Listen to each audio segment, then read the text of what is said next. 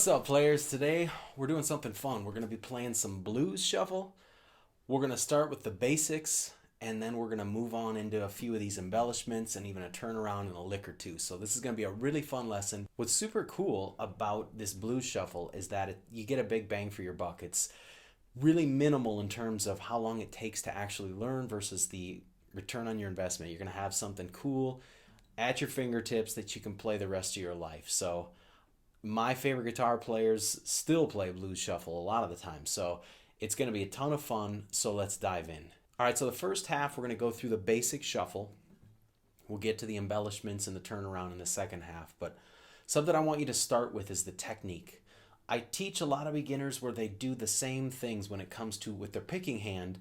They'll typically try so hard to hit the right notes, no matter what we're playing, they'll have the tendency to pull up and away every time they... And what makes that tough, especially if you're a beginner, your eyes are glued to this hand because you're always wondering, where am I going to strum? And so you have to constantly reset, and it just makes it challenging. So an easier way is to just anchor your hand. You could use a couple of fingers, use your pinky, whatever you want, but just anchor it so it's kind of, at that point you can check out mentally, because after a little bit of muscle memory, you'll get it really quick.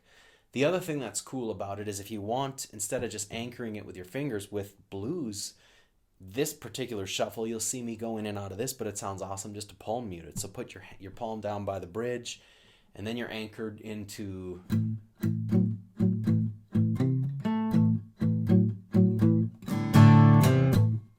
So again, I could do that until the sun comes up and not hit a wrong note, just because I'm not moving my hand. It's just those same notes. So the left hand, something I want you to, a lot of new players, they'll ask like, hey, is my thumb supposed to hang over? Is it supposed to be behind? Is it supposed to be way over here? There's a right time and place for all of those. The big thing that I want you to think of today is we're not looking to have our fingers standing upright like we would be doing if we were playing lead up and down the neck. They're kind of almost laying flat across. So you benefit from that in a couple of ways. One, it's just relaxed. And two, if you'll notice, all these notes that I don't want to hit are muted. So when I'm playing this, I mean, I could get a little sloppy with it. I'm strumming all these strings, but no one's hearing it because of the fact that I'm muting them. So again, we'll talk about more of that in a minute, but just relax your hand. Don't be afraid to let your thumb be over here a little bit. It also serves to help mute. So, okay, so let's dive into this shuffle here. So I want you to take your first finger and your third finger. So your pointer and your ring. I'm going to treat this like it's just like the title says. It's one of your first lessons here. We're going to be putting it on the second fret on the fourth string. So that's the D string. Sounds like that. And then what we're going to do is take your third finger and it's going to go on the fourth fret on that D string. And you're going to play the note or the string above it, which is the fifth string. It's lower in tone. And you play them at the same time, and it sounds something like this.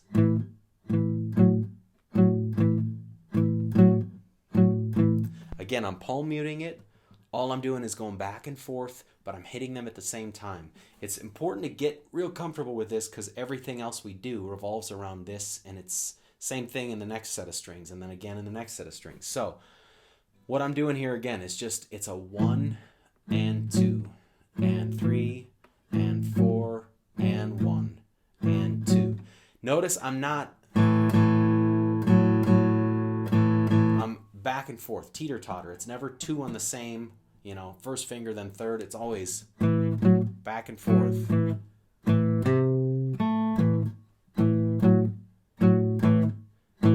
So back and forth again. I'll again get into that embellishment here in a little bit, but so from there we're going to do the same exact thing, but leading into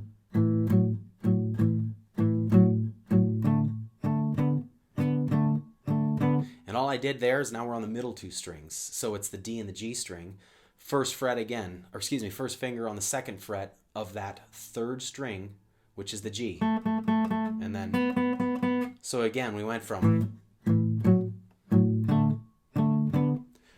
again, if my hand's anchored it takes very little, mental power to just focus my energy on moving it one string over and playing these two. Likewise, when we go back. And again, when we go down again, one more to the E. So that's the final change in this. So we go from the A to the D. Now we're going all the way down to the E. So now we're on the 5th and the 6th string. Again, same 2 frets, 2 and 4, same 2 fingers, 1st and 3rd. And it's now. So we started A, went to D, and then I'll play the turnaround so you can kind of get it all together here. You'll hear the term 1-4-5 thrown around a lot as you get just better and better in music, start playing in bands. All 1-4-5 means, if you think of the fact that we're in the A, the key of A, this is the A scale. I'm playing the 1st, the 4th, and the 5th note. And those are the notes we're playing.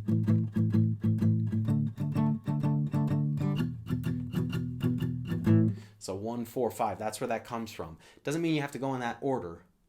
Typically, the order, and you can kind of play along if you want, or rewind this and play along, but you're always going to start on the 1, which is that A note in this case, and you always play it just one time, and then it's the back and forth. Play it nice and slow. One more time around. Now we're going to go to the D.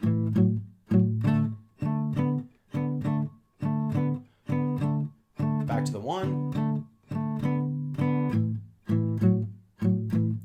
Now we're going to go to the 5.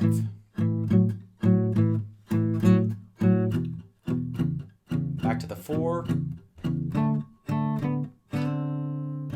Back to the 1.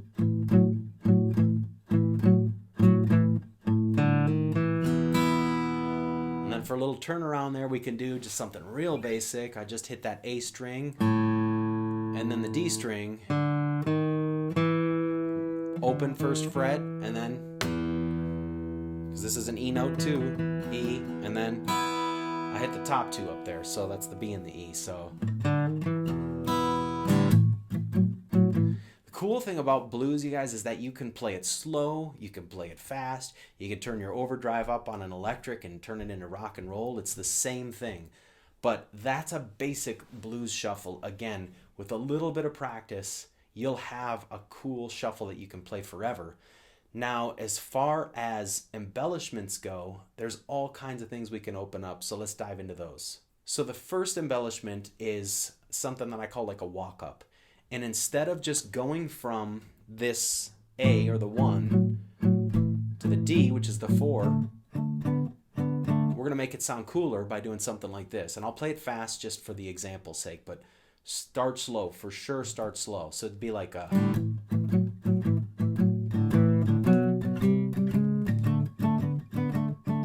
So all I did there was make it a little more colorful and fun by walking up. So you're going to start by simply doing that shuffle in A, and then we're going to go...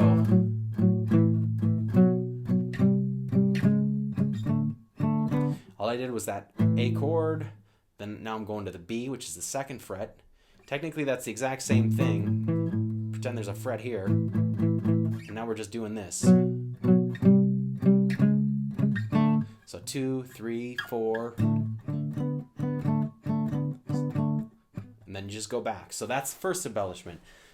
Second one is, when you're on just that shuffle, there's a million things we can do. I'll give you a handful of them. One is just start at the 3rd fret. The 3rd fret sounds awesome. You're just going to put a tiny bit of tension. You're not doing a huge bend on it, but just something like this. You're going to bend it just a tiny bit.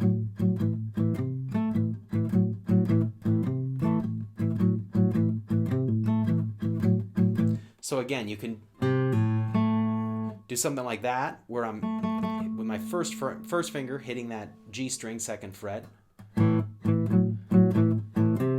Or just bend it just barely. You don't have to go to the open note there. But what's cool is you can do it here too. Wow.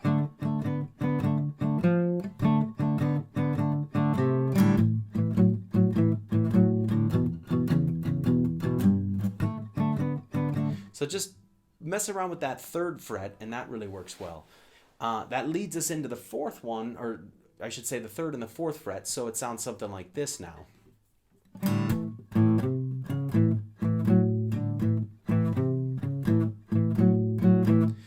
all I'm doing there is going from the 3, and instead of, it's...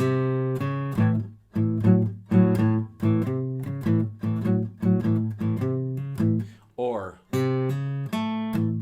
So I'm just blending these two now together.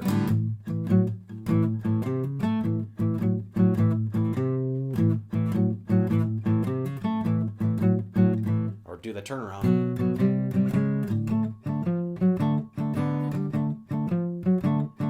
What's so cool is when you learn it on one, you can use it for all of them.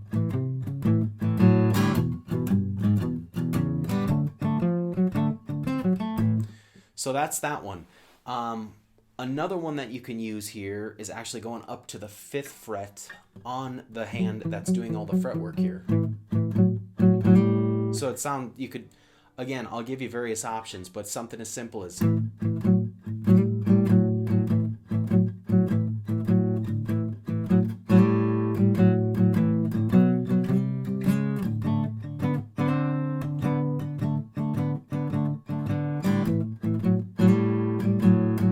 So that's one option.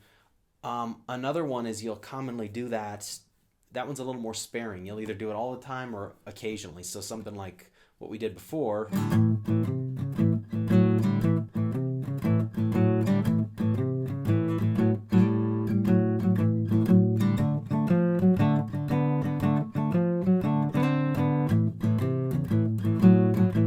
So something like that. Another really, really cool one that you can do is if you know chords already, you know your D chord, you obviously know the A because we're playing that, and you know this bend, you could do something like a, So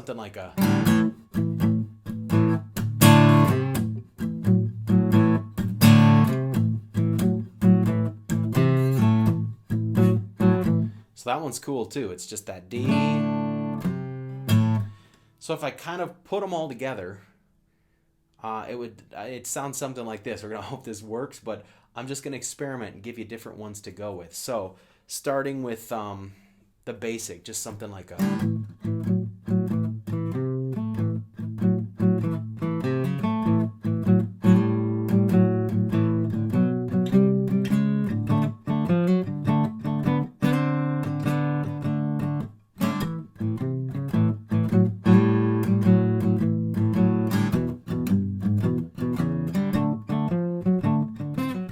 Now we're going to do the... That's just a basic turnaround, very common. When I say basic, it doesn't mean not cool. Don't think of it like that. I mean, Jimi Hendrix played blues shuffle. His favorite guitar player, Billy Gibbons, is ZZ Top. The guy's a master at blues shuffle. Blues shuffle is awesome, and anywhere you go and you play it, people dig it. So just because it's simple does not mean it's not super cool, and you can make it hard, but sometimes the simple is just where it's at. So for that turnaround, again, we go to that 5, back to the 4, now the 1. What we're doing is just hitting the 5th fret on the high E string, and we're going to go to the D string, also the 5th fret with the 3rd string. And in essence, what we're doing is just a chromatic walk down. It's just we keep coming back to this.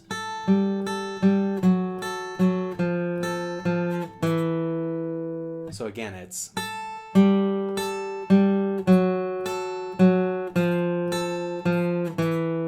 One more time. And for that, I think it's easier to alternate pick it, so I think I alternate. Let me see. Yeah, I kind of do a... So it's a down, down, up, down, down, up, down, down, up, down, down. So that's kind of what I do. I'm usually downstroking the D string. And every time I come back to this high E, I'm typically upstroking it, except for that first one. And we're going to do a couple of chords here. This is kind of that James Brown, you know, kind of that chord. So I'm starting on the 8th fret on the A string here. So you got that. Now you're going to go to the 7th fret on the D string. Then you're going to go to the 8th fret barred on the 8th, on 1, 2, and 3. So E, B, and G. Let me just slide it down once. So, slow. Or.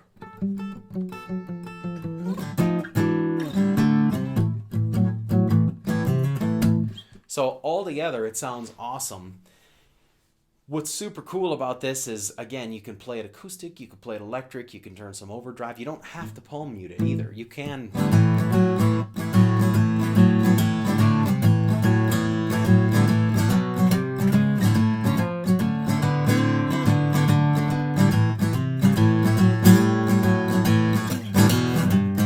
You get the idea, but you can have fun with it, and you can work on your picking. You don't always have to downstroke it and keep it slow.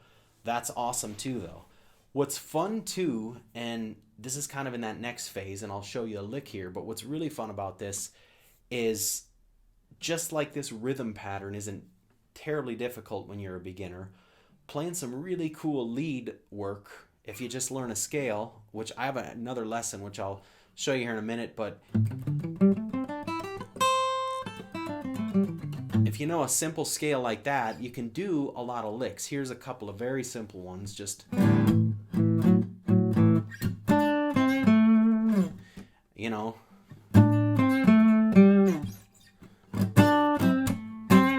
you can do any of those and they work just great.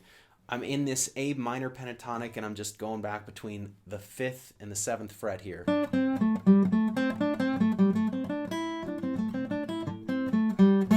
And as far as which one sounds best, it's just that 5 and 7 work like really well when it comes to a lot of these strings. So what I would do is either use a looper, use a backing track, better yet if you can play with a buddy, but just kind of this shuffle.